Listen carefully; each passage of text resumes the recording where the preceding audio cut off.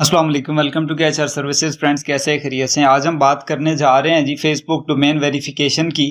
Facebook domain verification एक advance level की बात है जो कि फेसबुक पिक्सल तो मैंने आपको बताया था। अभी फेसबुक पिक्सल की भी एक दो वीडियोस और बनाऊंगा जिसमें मैं आपको मजीद बताऊंगा कि वो आप वेबसाइट पे कम्प्लीटली सेटअप कैसे कर सकते हैं। वैसे उस टाइम तो मैंने आपको वेरीफाई करना बताया था, पिक्सल क्रिएट करना बताया था, लेकिन अभी हम इस तरह से आज की जो वीडियो है उसमें हम डोमेन वेरिफिकेशन की बात करेंगे। नेक्स्ट वीडियो में हम इंशाल्लाह बात करेंगे कि आप किस तरह से ट्रैक कर सकते हैं कि जो बंदा ऐड से आया वो कहाँ गया और उसने कौन कौन सी जगह पे क्लिक किया। उसको चेक करने के लिए आपने पिक्सेल्स की सेटिंग करनी होगी, तो वो इंशाल्लाह नेक्स्ट वीडियोस में बताऊंगा आपको। आज हम बात करेंगे फेसबुक डोमेन वेरिफिकेशन की। तो सबसे पहले ये चीज़ है कि डोमेन वेरिफिकेशन क्या होती है, ये किस लिए यूज़ होती है। तो डोमेन वेरिफिकेशन इसलिए यूज़ होती है कि जब आप पिक्सल ऐड करते हैं वेबसाइट से तो वो आपकी वेबसाइट का डेटा ट्रैक करने लग पड़ता है। लेकिन उससे भी अगला स्टेप जो होता है वो होता है डोमेन वेरिफिकेशन की। जब आप फेसबुक पिक्सल के बाद डोमेन वेरीफाई करवा लेते हैं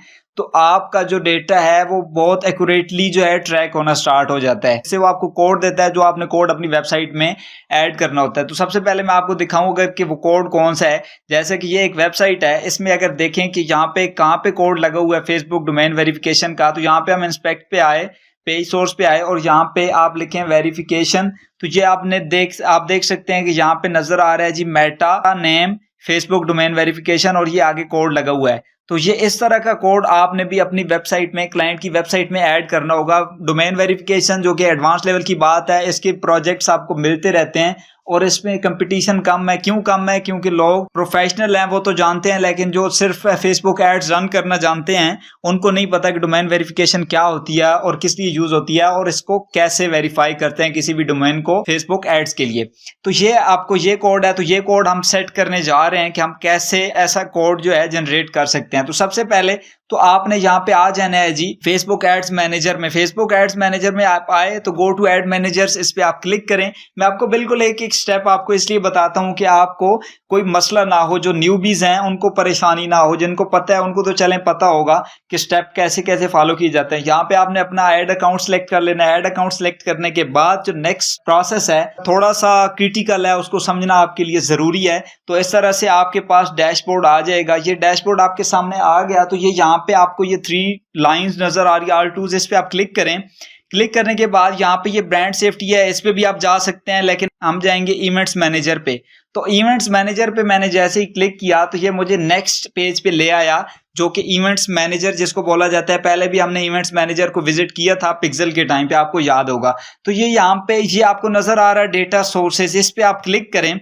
डेटा सोर्सेज पे आपने क्लिक किया तो ये आपके सामने पिक्सल वाली सेटिंग्स आ जाएगी। जो पिक्सल आपके सेटअप होंगे, जो आपकी वेबसाइट्स जो हैं वो भी आपके सामने आ जाएंगी, जो कि वेबसाइट्स आपकी सेटअप हैं पिक्सल के अंदर, ठीक है। उसके बाद यहाँ पे अगर थोड़ा सा डाउन जाएं तो ये यहाँ पे आपको नजर आ रहा है एग्रीगेटेड इवेंट मेजरमेंट्स, इस पे आप क्लिक करें। आपने इस पे क्लिक किया तो ये यहाँ पे आपको नजर आ रहा है कॉन्फ़िगर वेब इवेंट्स, इस पे आप क्लिक करें। तो इस पे आपने क्लिक किया तो ये मेरे पास आ रहा है जी अपग्रेड टू बिजनेस अकाउंट। हालांकि मेरा बिजनेस अकाउंट बना हुआ है तो आपका भी ऐसा आ सकता है, आपने परेशान नहीं होना। तो आपने डायरेक्टली क्या करना है, business.facebook.com/settings, इस पे आप आके क्लिक करें। ये आप वेबसाइट ओपन कर लें, ठीक है। बिजनेस मैनेजर में आके जाके आपने सेटिंग्स ओपन कर लेनी है। सेटिंग्स ओपन की तो ये मेरे पास दो चीजें आ गई, एक मेरा पेज आ गया और एक मेरी प्रोफाइल आ गई। तो मैं आपके सामने यहाँ पे प्रोफाइल पे क्लिक करने लगा हूं। मैंने प्रोफाइल पे क्लिक किया तो ये मेरा बिजनेस मैनेजर का जो अकाउंट है वो ओपन हो गया है जी। ये आपके सामने बिजनेस मैनेजर की सारी सेटिंग्स वगैरह आपके सामने आ गई हैं। अब आपने नेक्स्ट स्टेप क्या करना है, नेक्स्ट स्टेप ये है कि थोड़ा सा नीचे आए, ये यहाँ पे आपको ब्रांड सेफ्टी नजर आ रहा है, इस पे क्लिक करें। क्लिक करने के बाद यहाँ पे ये डोमेन्स नजर आ रहा है, डोमेन्स पे क्लिक कर दें। ये यहाँ पे जो भी आपकी डोमेन्स होंगी, जो वेरीफाइड आप जिनके आप एड्स रन कर रहे होंगे वो आपके सामने आ जाएंगी।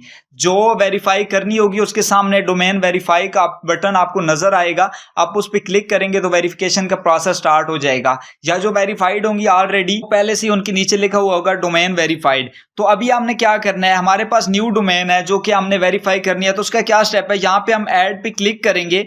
ऐड पे क्लिक किया तो रिक्वेस्ट एक्सेस टू डोमेन, ठीक है, या फिर क्रिएट अ न्यू डोमेन। या तो वो वाली डोमेन जो कि ऑलरेडी वेरीफाइड है तो आप क्लाइंट से उसके एक्सेस लेना चाहते हैं तो वो आप इस तरह से लेंगे। और उसके बाद ये क्रिएट अ न्यू डोमेन, तो हम न्यू डोमेन को वेरीफाई करना चाहते हैं, हम इस पे क्लिक करेंगे। अब हमने उस पर क्लिक किया तो यहाँ पे ये बोलता है कि आप अपनी वेबसाइट दें। तो आप कोई सी भी वेबसाइट जो कि आपके क्लाइंट की वेबसाइट है, आप उस वेबसाइट को यहाँ पे मेंशन कर दें। ये मैंने वेबसाइट उठाई और अब ये क्या बोलता है कि आपकी जो वेबसाइट है ये गलत है। ये कैसे गलत है कि इन्होंने पहले ही बता दिया है कि HTTP और HTTPS नहीं लगाना आपने, ठीक है। इसको आप हटा दें और www को भी हटा दें, ठीक है। इसको हटाने के बाद यहाँ पे इस स्लैश को भी हटा दें और आगे ऐड पे क्लिक कर दें। अब जैसे ही आपने उसको ऐड किया तो ये वेबसाइट आ गई। उसके बाद ये आ गया है जी नॉट वेरीफाइड, आपको नजर आ रहा है नॉट वेरीफाइड। तो आपने कौन सा वे सिलेक्ट करना है, इसमें 3 वे बताते हैं आपको। HTML की फाइल अपलोड करें या कोड ऐड करें, तो हम कोड ऐड करेंगे। यहाँ पे ये कॉपी मेटा कोड, ये आपको नजर आ रहा है बिल्कुल सेम कोड जो मैंने आपको दिखाया है कि उस दूसरी वेबसाइट पे।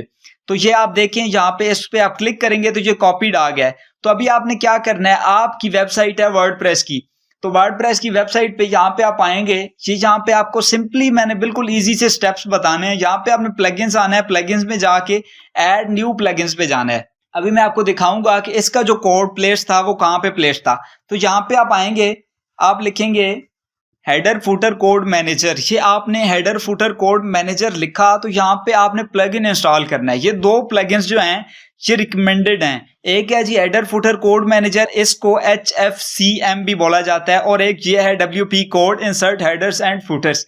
तो इस पे ये ऑलरेडी इंस्टॉल्ड है। तो मैं आपको अगर इसकी सेटिंग्स दिखाऊं, ये इसकी सेटिंग्स, यहाँ पे ये कोड स्निपेट आपको नजर आ रहा है, ठीक है। तो इसने यहाँ पे इसका कोड ऐड किया हुआ है। तो इस पे आप हेडर एंड फुटर, इस पे आप क्लिक करें। तो जैसे ही मैं इस पे क्लिक करूंगा तो मैं उसकी सेटिंग्स में चला जाऊंगा कि कौन कौन सी सेटिंग्स जो है उसने अप्लाई की हुई है। तो ये आप देखें, मैं जैसे ही हेडर में आया तो ये आपको पहले से ही कोड जो है पेस्टेड नजर आ रहा है कि उसने जो कोड उसकी वेबसाइट पे ऑलरेडी था यहाँ पे एडेड है।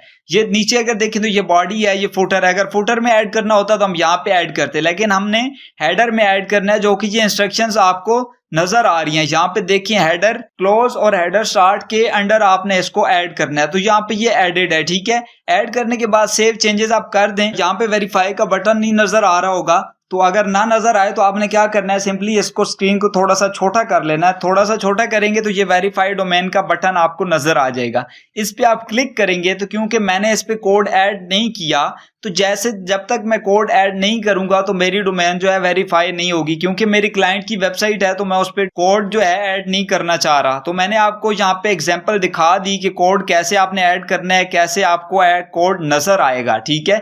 तो ये आप बहुत इजीली, आपको तकरीबन ये बातें समझ आ गई होंगी कि आप किसी भी डोमेन को किस तरह वेरीफाई कर सकते हैं। तो ये बोल रहा है कि डोमेन वेरिफिकेशन फेल्ड, क्योंकि मैंने कोड ऐड नहीं किया, क्योंकि मैंने ये वेबसाइट आपको बताई और है और दिखाया और वेबसाइट पे है जिस पे पहले ऑलरेडी जो है एक्टिवेटेड था। तो ये बहुत ही इंपॉर्टेंट टॉपिक था। अगर आपको ये बात समझ नहीं आई तो आप दोबारा से वीडियो को देखें। मैंने बिल्कुल इजी से स्टेप्स आपको बताए हैं। सबसे पहले आपने एड्स मैनेजर पे जाना है, उसके बाद आपने यहाँ पे आके इवेंट्स मैनेजर में चले जाना है। इवेंट्स मैनेजर में जाके आपने डेटा सोर्सेज में आना है। डेटा सोर्सेज में आने के बाद यहाँ पे आपने एग्रीगेटेड इवेंट्स पे आना है और उसके बाद कॉन्फ़िगर वेब इवेंट्स पे आना है। उसके बाद आपका बिजनेस पेज अगर अकाउंट बना होगा तो वो उस पर ले जाएगा। कभी कभी वो एरर आ जाता है और उस पर नहीं लेके जाता, तो आपने परेशान नहीं होना। दूसरी भी आपको यूआरएल मैंने बता दिया है कि यहाँ पे आना है business.facebook.com/settings। इस पे आप आएंगे तो आपके सामने सेटिंग्स आ जाएगी, कोई भी आपको परेशानी नहीं होगी और आप इजीली जो है स्टेप्स मैंने बताए हैं सारे आपको वो फॉलो कर लेंगे। मैं यूट्यूबर नहीं हूँ, मैं आपका फ्रेंड हूँ, इसलिए मैं आपको हर चीज जो है हर चीज करके दिखाता हूँ, और जो चीज मुझे ना आए वो मैं बिल्कुल आपको बताता भी नहीं हूँ, क्योंकि ये मेरा रोज का काम है, ये काम मैं करता हूँ, तो इसलिए मैं आपके साथ शेयर करता हूँ। और विदाउट एनी हेजिटेशन आपको बोलता हूँ कि आपको जहाँ पे इश्यू आए आप मुझसे पूछ लिया करें, तो मैं बिल्कुल आपसे कोई फीस नहीं लूंगा कोई भी चीज बताने की। तो यकीनन ये भी वीडियो पसंद आई होगी। मिलते हैं नेक्स्ट वीडियो में, तब तक के लिए अल्लाह हाफिज।